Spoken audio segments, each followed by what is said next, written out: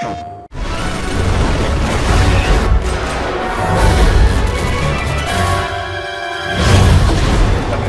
of Helgen want results, not empty promises from you, Orlok! Once again, you've somehow managed to distract us from the real topic at hand.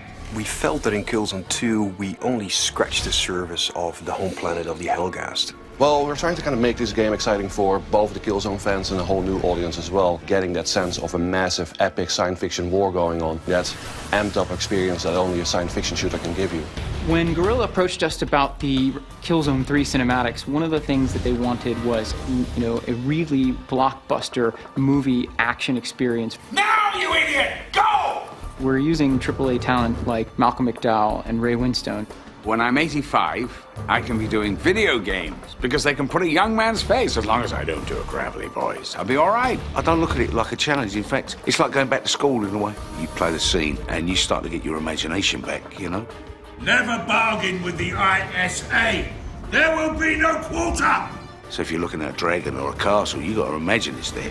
You actually work harder than you do on a movie. I've been working in motion capture for the past 10 years, and I can honestly say this is probably the most complex project I've ever seen. They managed to pull together a collection of artists that can move at the speed of light and adapt, and we rose to the occasion, and we continue to rise to the occasion, and I think we're going to deliver a killer product. When you're playing a shooter, the controls are everything.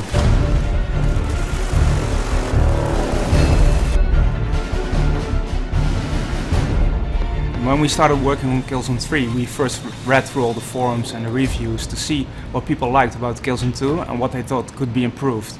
The controls of Killzone 2 were a point that really divided the fans. Some of them really liked the heavy feel of the weapon, it made it unique and made it different, but others felt it made the game too inaccurate and also a little bit sluggish. The way that your gun moves, the way that your head bobs around, the way that your body shudders when you're sprinting, it's those animations that give the sense of weight and immersion to the game.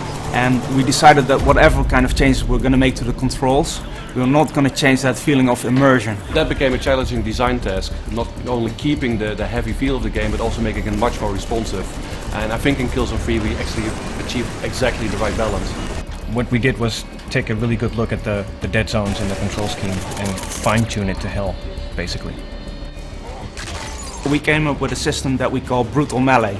We wanted to raise first-person melee to a whole new level. We wanted something really brutal, something right in your face, very up close and personal. So the new system will allow you to do all these painfully unfriendly things to enemy characters, like stabbing them in the eye, slicing their throat, bashing their heads against pillars. Very, very gratifying. You can use the melee system also with the environment, so you can bash somebody's head against the wall or kick them into cover, and when they're still dazed from the move you just performed, you can pull out your knife and stab them to death. Well, we looked at ways to get the player more quickly into cover, so we came up with a slide mechanic. You can slide into cover, but you can also freeform slide. So in some cases, if the tactic is right, you can slide underneath enemy fire, turn around, and shoot them in the side or shoot them in the back. Well, at the end of the day, Killzone 3 is a shooter, and a shooter isn't a shooter without some very heavy weapons that you can carry around.